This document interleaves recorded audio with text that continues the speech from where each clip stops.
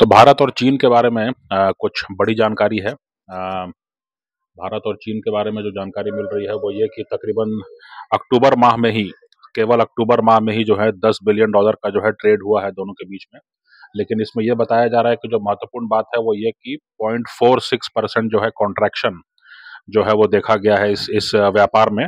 और उसका कारण ये है कि चीन में कहीं ना कहीं स्लो डाउन आ रहा है ना। और चीन में जो है ट्रम्प के चुने जाने के बाद थोड़ा सा एक मंदी का माहौल भी है ना।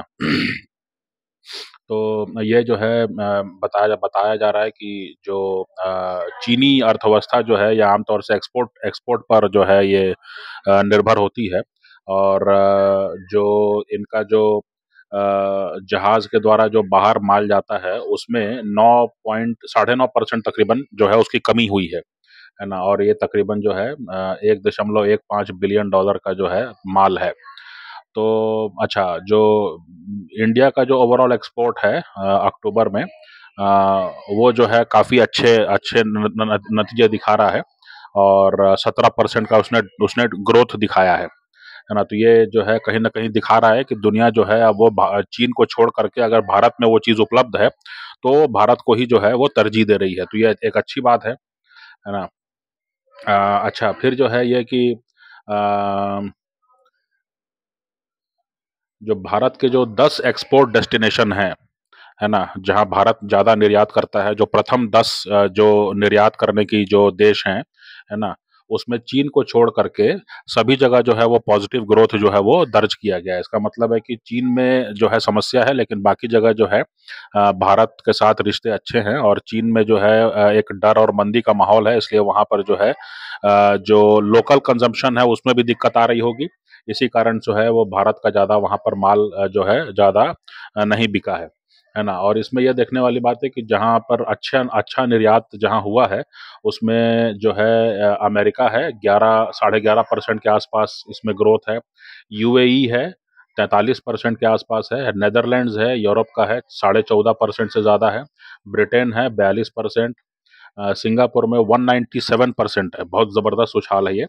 और सऊदी अरेबिया में 0.5%, बांग्लादेश में 2.5% और जर्मनी में 25% का जो है उछाल देखा गया है। ऑस्ट्रेलिया में 60% है।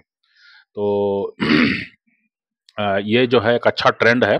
अब भारत जो है बड़ा निर्यात मार्केट बनता है और भारत के पास जो है अपने देश में भी आबादी है, तो लोकल कंजम्पशन प्लस एक्सपोर्ट जो है वो मिला जुला करके जो है एक बहुत बड़ा जो है भारत को फायदा दे सकता है। और चीन के बारे में जैसा कहा गया कि एक क्लोज सिस्टम है, राजनीतिक रूप से जो है वहाँ पर एक आदमी की पकड़ है। और उसके अलावा जो है दुनिया भर में जो है कहीं ना कहीं उनको लेकर के नाराजगी और आशंका फैलती जा रही है। इसलिए भी जो है लोग अब उन पर निर्भर नहीं रहना चाह रहे हैं पहले की तरह। तो ये एक मामला है। ये मुझे लगता है कि एक अच्छा ट्रेंड है जिसको कंटिन्यू रहना चाहिए। और आपको जानकारी अगर होगी तो चीन ने जो है अभी हाल में जो है कुछ भारतीय पत्रकारों को जो है अपने यहाँ बुलाया था मेहमान के तौर पर।